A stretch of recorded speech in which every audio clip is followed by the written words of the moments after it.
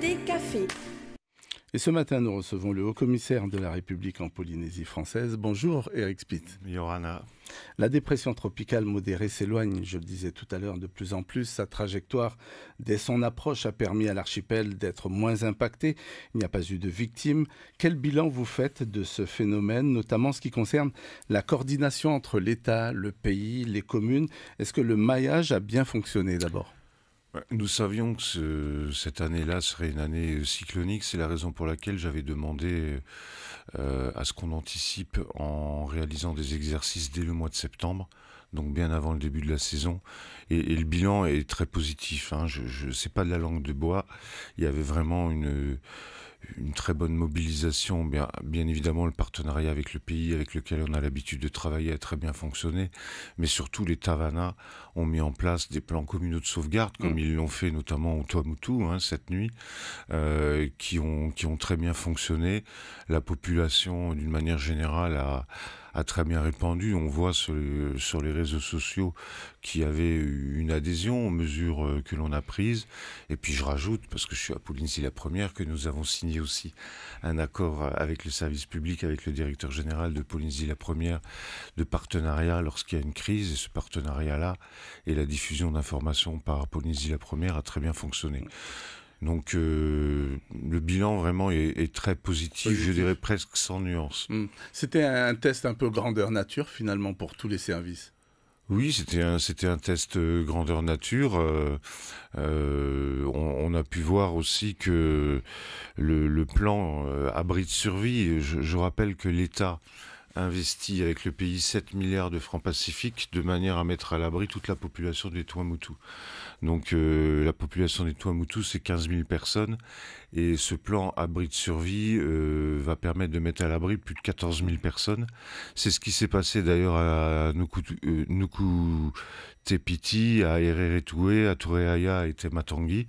L'intégralité de la population cette nuit a pu être mise à l'abri et il n'y a eu aucune victime. En général, ce sont les mairies qui servent également d'abri anticyclonique.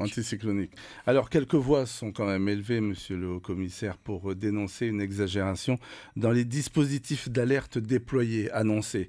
L'État a préféré quoi ici? Appliquer le principe de précaution, ouvrir le parapluie, comme on dit?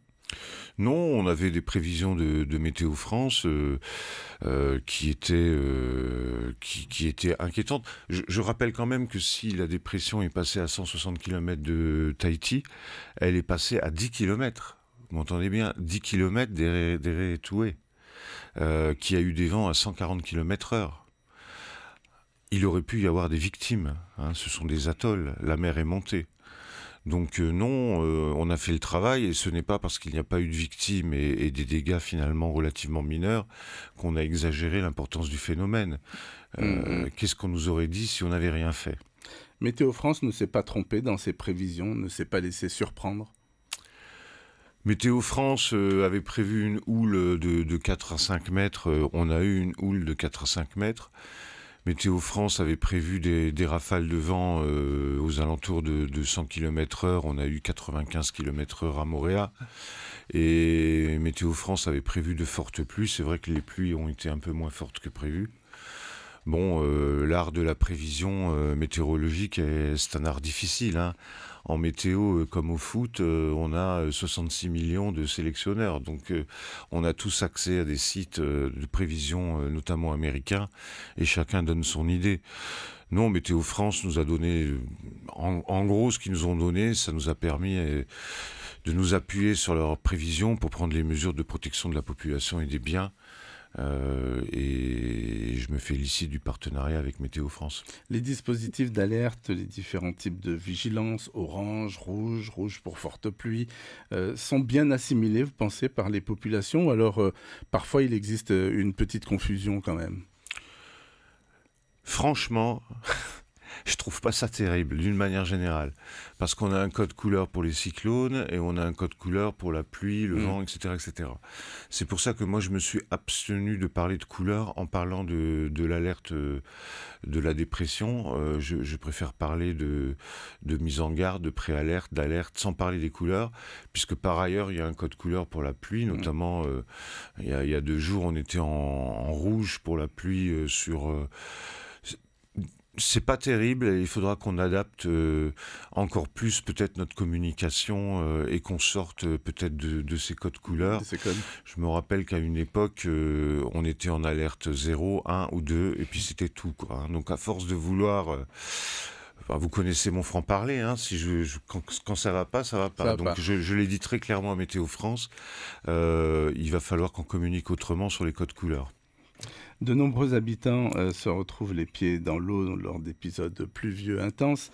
Lorsque l'on regarde où habitent précisément ces populations, notamment à Mahina, alors on n'est pas très étonné. Alors, le pays, les communes sont ici aux premières loges, vous me direz, mais vous, l'État, vous n'avez pas du tout votre mot à dire au nom de la protection des biens et des personnes, ou alors vous vous dites, bon, les questions d'aménagement du territoire, ce n'est pas de votre ressort. Non, mais... Il y a énormément de constructions légales qui ont été construites sur des terrains inondables, donc ce qu'on appelle le plan de prévention des risques d'inondation. Et il y a aussi des constructions illégales qui ont été construites sur ce type de terrain. Donc on a en ce moment on parle avec la Polynésie, hein, puisque c'est aussi, et les Tavana qui accordent les permis de construire, mais on pourrait dans les prochaines années être amené à demander l'évacuation de certaines zones, voire la destruction de certains logements, ceux qui sont illégaux bien évidemment, parce que ceux qui sont légaux et qui ont eu les permis de construire dans les règles, on pourrait leur demander de se mettre sur pilotis, de s'adapter à la situation. On ne peut pas aller beaucoup plus loin. Mais c'est à chacun d'être raisonnable. Pourquoi attendre ? Alors, on n'attend pas. Il y a eu une opération d'évacuation à Papeari l'année dernière, si je me souviens bien. On a évacué une 50aine de personnes, une opération de grande ampleur. Mais pour ça, puisque le droit de propriété, c'est un droit sacré, en France, il faut avoir les décisions de justice qui vont bien. Moi, je n'ai pas le pouvoir, sans décision de justice, d'évacuer des personnes. Le mauvais temps, cette dépression n'a pas eu de conséquences sur les liaisons de communication. On pense à Internet par rapport au câble, par exemple. Non, mais en ce moment, tout le monde le sait. Il y a un câble, qui relie la Polynésie à Hawaï qui a été endommagé, mais plutôt du côté d'Hawaï. Donc ça n'a rien à voir avec les intempéries, mais on est plutôt en situation dégradée. Et chaque personne qui utilise Internet se rend compte aujourd'hui en Polynésie qu'on est extrêmement fragile. Et dans ce cadre, le projet de Google de nous connecter à l'île de Guam, aux Fidji, à l'Australie, au Chili et aux États-Unis est vraiment un projet structurant et extrêmement intéressant pour la Polynésie. Nous sommes en pleine saison cyclonique, ça va continuer encore jusqu'en mars. On a parlé de l'approche d'un autre phénomène, moins important. Vous avez des informations ? Nous réunissons notre cellule de crise. Déjà, on va finir, on va mettre un point final à Natt. À 8h du matin, normalement, la cellule de crise devrait déterminer que Natt, c'est terminé pour la Polynésie française. Et puis, nous réunissons de nouveau à 10h30 pour observer ce nouveau phénomène. Selon Météo France, il y aurait beaucoup de nuages, mais ça devrait se désagréger. Il reste à vérifier que cette information est bien exacte, mais je crains que jusqu'à la fin du mois de mars, il faille rester encore sur nos gardes parce que l'activité cyclonique va être intense sans doute en Polynésie française et puis aussi aux îles Cook, enfin dans tout notre environnement régional. Nous ne sommes donc pas à l'abri de l'arrivée d'un autre phénomène. Non, nous ne sommes pas à l'abri de l'arrivée d'un autre phénomène. Je ne le souhaite pas, mais en tout cas, ce qu'on peut retenir de Natt, c'est qu'on est prêt. Vous êtes prêt, c'est-à-dire que vous restez en alerte, il y a une cellule qui peut à tout moment être réactivée ? Oui, par définition, dans le cadre de nos fonctions, on est prêt 365 jours et même 366 jours cette année, puisque c'est une année bissextile par an et 24 heures sur 24. Donc c'est dans notre ADN de gérer la crise. Quels enseignements vous retiendrez du passage de la dépression modérée Natt ? Il y a des choses à revoir que l'on peut améliorer, par exemple ? Je pense, sans pratiquer la langue de bois, que quasiment le pays, les Tavanas, la population et l'État ont quand même tout bien fait. Bon, je regrette un peu, il y a 2 jours, on avait réuni la cellule de crise à 5h30 pour prendre un certain nombre de mesures, alors qu'on avait donné des consignes claires, certaines gares d'enfants ont été ouvertes sur une instruction d'une agence, mais à part ce petit couac, moi, quand j'en retire, c'est que notre partenariat a bien fonctionné, y compris avec Polynésie la première. Alors, si je vous dis Véna, Osea, Martine, Oli, autant de noms qui ont marqué l'histoire du Fénois, certains en gardent encore des souvenirs indélébiles. À l'époque, nous avions la radio AM pour informer, alerter, rassurer, surtout nos populations des îles. Malheureusement, la bande AM qui captait même au secteur des Tuamotu, dans les vallées isolées des Marquises, a été supprimée en France et en Outre-mer par l'État en 2016, le 1er décembre 2016.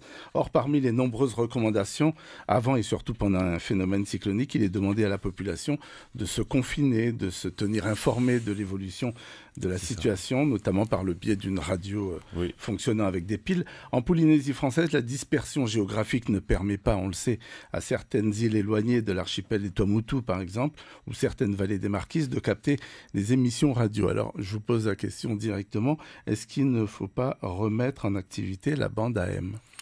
Écoutez, je ne suis pas un expert des fréquences. Si je faisais semblant, je ne serais pas crédible. Ce que je sais, par contre, favorable ? Je rien contre, franchement, sur le fond. En revanche, ce que je voulais quand même signaler, c'est que les 4 communes qui ont été touchées hier, on était quand même en relation avec elles, avec des téléphones Inmarsat. Donc on a été en contact avec les Tavanas délégués et on a pu les informer au fur et à mesure de l'évolution de la situation. Là, on parle de 37 personnes à Nukutepi, on parle de 30 personnes à Eretoué, bon voilà. Donc, quant à la suppression de l'AM, je ne sais plus franchement ce qui a présidé à cette décision, mais j'ai pas de position ferme, ni pour ni contre. Mais si vous me dites, et je veux bien vous croire que ce serait une bonne chose de remettre ces fréquences, pourquoi pas ? Vous avez sinon de meilleurs moyens pour communiquer, ou alors en cas de crise, on refait les mêmes, vous avez les mêmes schémas ? Je pense que d'une manière générale, de toute façon, Polynésie la première, en ce qui concerne la radio, est quand même reçue à peu près partout sur le Fénois, à quelques rares exceptions près. Et on a doté chacune des communes, y compris les communes ou les îles où il y a que quelques dizaines d'habitants, d'un téléphone Inmarsat, ce qui permet aux Tavanas délégués de donner en direct les instructions et les informations aux habitants. Vous avez un mot peut-être à adresser aux Tavanas qui nous écoutent ce matin ?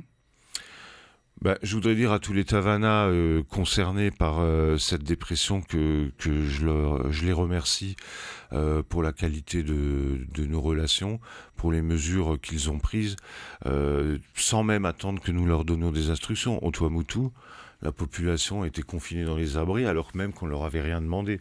Donc je les félicite et je les félicite pour leur sens civique et la manière dont ils ont agi. Merci beaucoup, monsieur le commissaire de la République, d'avoir accepté notre invitation ce matin. On aura noté donc la fin de vie finalement de cette dépression à 8 heures. C'est ça. Merci. L'invité café. Maruru maitei Ibrahim maruru to hoi tumitira teitei tera amaitei peperu teitei tatone whanora manihini tau feiti te me hoere ma mawiwi manao norto mai o te huid atira voici le micro baladeur.